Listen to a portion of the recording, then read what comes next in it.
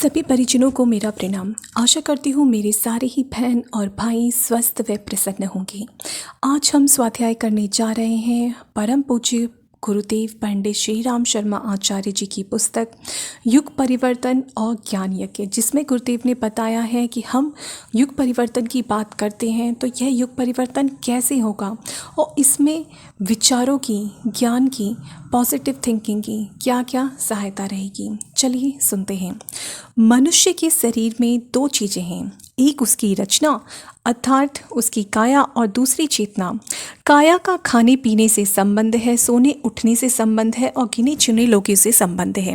बस पशु का छोटा सा जीवन जिस तरीके से काया के ऊपर टिका रहता है उसी तरीके से मनुष्य का जीवन टिका रहे तो यही मानना चाहिए कि मनुष्य के जीवन का कोई महत्व न बन सका और मनुष्य के जीवन का कोई उद्देश्य पूरा न हो सका। खाया और बच्चे पैदा किया और बच्चे पालने की जिम्मेदारियों में फंसे रहे, यह भी कोई जीवन है क्या? यह तो कोई जीवन नहीं है, ये तो बहुत घटिया और पशुओं जैसा नारकीय जीवन है। मनुष्य के पास जो कुछ भी विशेषता और महत्ता है इससे वह स्वयं उन्नति कर जाता है और अपने समाज को ऊंचा उठा ले जाता है। उसकी अंतरंग की दिशाधारा को, जिसको हम चेतना कहते हैं, अंतर आत्मा कहते हैं, विचारना कहते हैं, वही एक चीज है जो मनुष्य को ऊंचा उठा सकती है, महान बना सकती है, शांति दे सकती है और समाज के लिए उपयोगी बना सकती है। चेतना मनुष्य की, जिसको विचारना हम कहते हैं, विचार करने का क्रम आदमी का किसका कैसा है, बस असल में वही उसका स्वरूप है। आदमी छोटा लंबाई या चौड़ाई के हिसाब से नहीं होता है।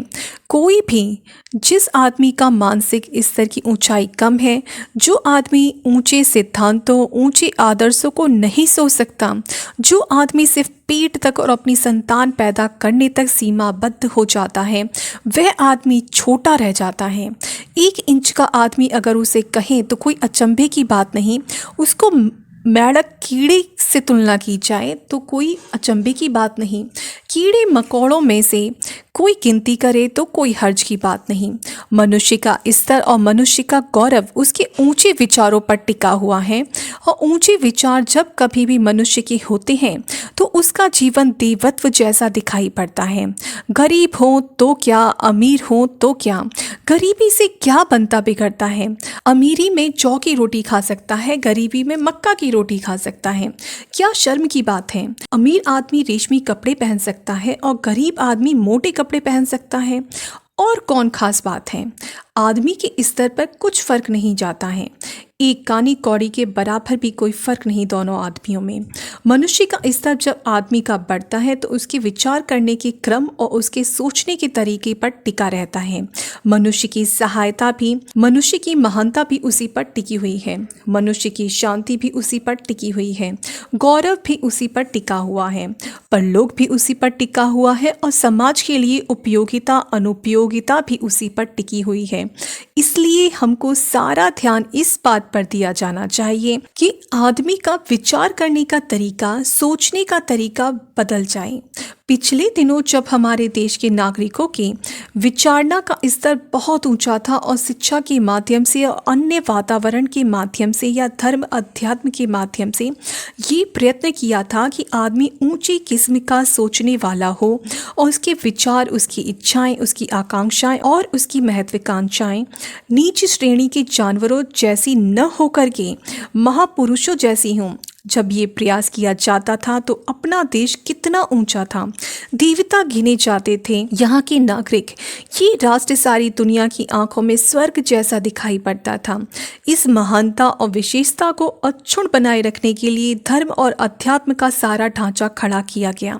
धर्म और अध्यात्म खड़ा किया गया है, मूल नहीं है। मूल तो है मनुष्य की विचार करने की ऊंचाई और उस ऊंचाई को कायम करने के लिए एक बाड़ बनाई गई है, एक ढांचा खड़ा किया गया है, एक ढांचा ढाला गया है ताकि आदमियों के विचार करने की ऊंचाई बनी रहे। धर्म यही है और अध्यात्म यही है और ईश्वर भी यही है। ईश्वर के बारे में जितना ज़्यादा लिखा गया है और कहा गया है, ये बारीकी से देखा और ये सोचा कि पूजा पाठ से लेकर के ईश्वर की चर्चा लीला कहने से सबका क्या प्रयोजन है। यह एक ही प्रयोजन दिखाई पड़ा कि ईश्वर एक पर ब्रह्म अपार और नियामक शक्ति है। आदमी के काम को देखती रहती है, आदमी के चाल चलन और आदमी के विचार के अनुसार से फल देती रहती है। उसे आदमी की प्रशंसा से क्या मतलब, निंदा से क्या मतलब, पूजा से क्या मतलब, गाली देने से क्या मतलब। लेकिन जब मैंने ये विचार किया कि पूजा पाठ से लेकर धर्म और अध्यात्म तक का सारा ढांचा किस वजह से खड़ा किया गया है और इसका क्या मतलब है, इसका मतलब सिर्फ एक है और कुछ नहीं है।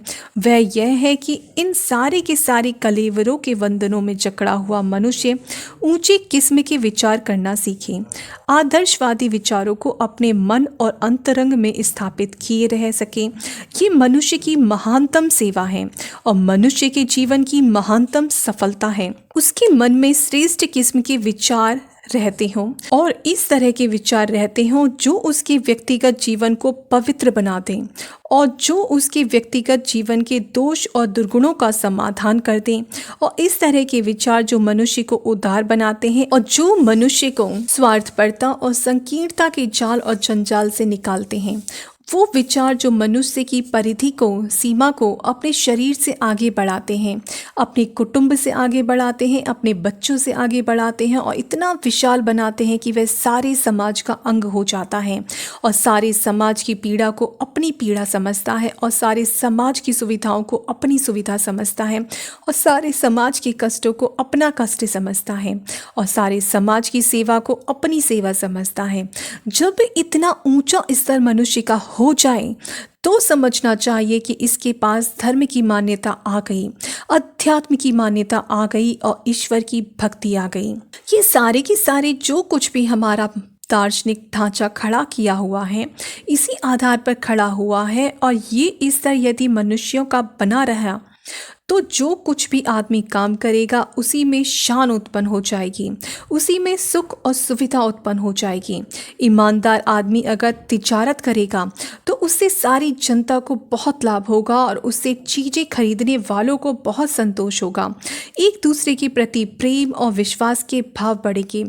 व्यापार हो तो क्या, अध्यापन हो तो क्या, मजदूरी हो तो क्या, और कोई काम क्यों न हो, अगर मनुष्य ऊंचे दृष्टिकोण से करे, अच्छे दृष्टिकोण से करे तो वे छोटा सा काम समाज के लिए बहुत उपयोगी हो सकता है और व्यक्ति की शान और गौरव को ऊंचा उठा सकता है।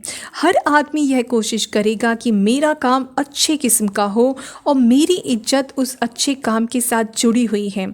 पैसा कम देता हो कि ज़्यादा, लोग इस बात की सराहना करें कि किसी आदमी ने इसे बड़ी दिलचस्पी और बड़ी मेहनत के साथ किया है, फिर उसकी इज्जत और आबरू लोगों की आंखों में पड़े और अपनी आंख में भी अपने आप को भी यह मालूम पड़े कि हम ईमानदार, शरीफ, नेक और कर्तव्य परायण और वचन के पाबंद हैं। आदमी की ऊंचाई इसी बात पर टिकी है। इस ऊंचाई को कायम रखने के लिए, विवेकशीलता को कायम रखने के लिए इस तरह के विचारों की आवश्यकता है जो मनुष्य को ऐसा ऊंचा उठाएं। दुर्भाग्य है कि हमारे पास विचार करने के जितने भी क्रम और साधन थे वो सारे के सारे अस्त व्यस्त और भ्रष्ट हो गए। साहित्य को देखा है ना, साहित्य की दुकान पर जब हम जाते हैं और प्रेसों में जब हम कूड़ा कबाड़ा छपते हुए देखते हैं, पत्र पत्रिकाएं जब हमारी आंखों के सामने आती हैं, जी में आता है कि उसको जला दिया जाए और अपना सिर फोड़ दिया जाए या अपनी आंखें फोड़ ली जाएं। ये कोई साहित्य है क्या जो आदमी को अधःपतन की ओर ले जाता है, गिरावट की ओर ले जाता है?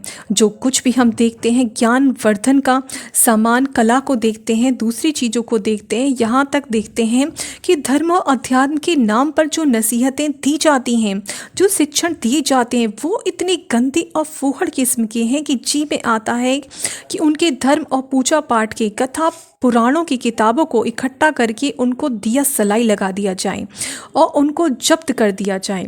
भागवत से लेकर के न जाने कौन कौन सी विरोधी किताबें हैं जिनमें न जाने क्या कूड़ा कबाड़ा भर कर रख दिया है, जो आदमी को ऊंचे उठाने की अपेक्षा और नीचे गिराती है और आदमी के चरित्र को और भी बदनाम करती है और आदमी को ऐसी दिशा और प्रेरणा देती है जो घटिया किस्म की बनाती है। सारी की सारी दिशा दिशाओं में हम यह देखते हैं कि मनुष्य की अक्ल और मनुष्य की समझ को ऊंचाई से नीचे गिराने के लिए न जाने क्या से क्या चारों ओर से कबाड़ा इकट्ठा किया गया है। आदमी घटिया ही होता हुआ चला जाता है। आदमी को ऊंचा बनाने के लिए उन साधनों की जरूरत है जो कि मनुष्य के विचारों में धनात्मक परिवर्तन लाते हों, ऊंचाई लाते हों, श्रेष्ठता लाते हों, शान लाते हों, द्विजत्व की भावना लाते हों। इस तरह का सारा कलेवर और ढांचा खड़ा किया जाना चाहिए जिससे कि आदमी के विचार करने की शैली कुछ ऊंची उठे, श्रेष्ठ बने। आदमी श्रेष्ठ नागरिक बनेगा तो अपनी राजनीति ठीक हो जाएगी और श्रेष्ठ नागरिक बनेगा तो व्यापार सही हो जाएगा। श्रेष्ठ नागरिक बनेगा तो आदमी का स्वास्थ्य ठीक हो जाएगा। अगर श्रेष्ठ नागरिक बनेगा तो अपने कुटुंब और परिवार में बड़े प्यार और इज्जत के साथ, शान के साथ रहेगा।